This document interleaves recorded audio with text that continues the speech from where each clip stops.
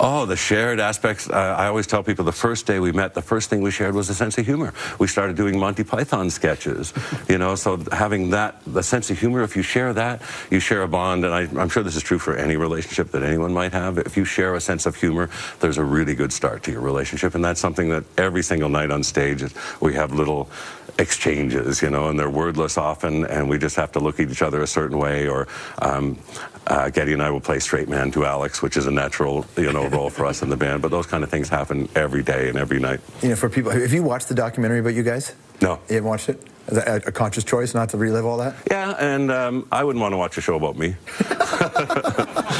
I think it's one thing that people who watch it would be really surprised to know is that early on, the relationship with Kiss, and people never really would have put Rush and Kiss together. Well, yeah, we were an opening act for so long, and we had a really good relationship with the guys in Kiss and their crew, and we opened for Aerosmith like 40 times and never got a sound check.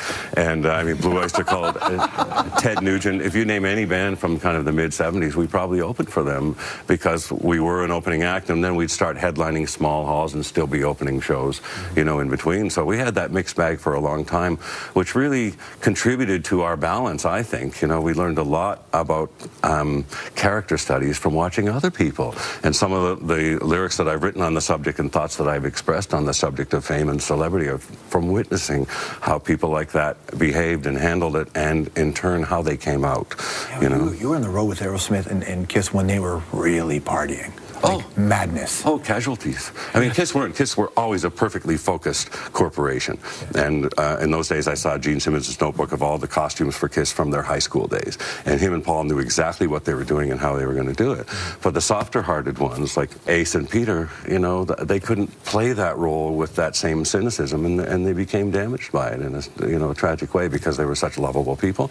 And that's what you often see. And the drummer equivalent, if you think of the tragedies along the way, and I read biographies of Dennis Wilson or Keith Moon, for example, and just so sad because they were so loved as people, not just as drummers, but as people, and felt unworthy of that love, and you see that fatal flaw in them. And that, in the public eye and in the portrayal of a celebrity's role, it has an even more confusing effect. So those are the kind of things that we saw early on that helped us. Have you struggled with that at all? Like, just seeing the position that you've been put in? Feeling constantly having to earn it, I think, it is a good motivation for it. You know, I don't take for granted that people just admire what we do, so whatever we do, they'll admire. No, you know, I feel like, in fact, this is very true. Every audience, I feel like we have to earn them. You know, that we have to earn their dedication and their expenditure of time and energy and money to be there every single time. You know, every show, and it's an old show business thing, but I really feel that you're only as good as your last show. And that's the one thing I do like about touring. If you have a bad one, you get another chance. For sure. And you had your bike from gig to gig, don't you? Yeah, I have. It's part of an ongoing conspiracy to get out of the touring so-called life. And early on, it became like hide in a room and read books.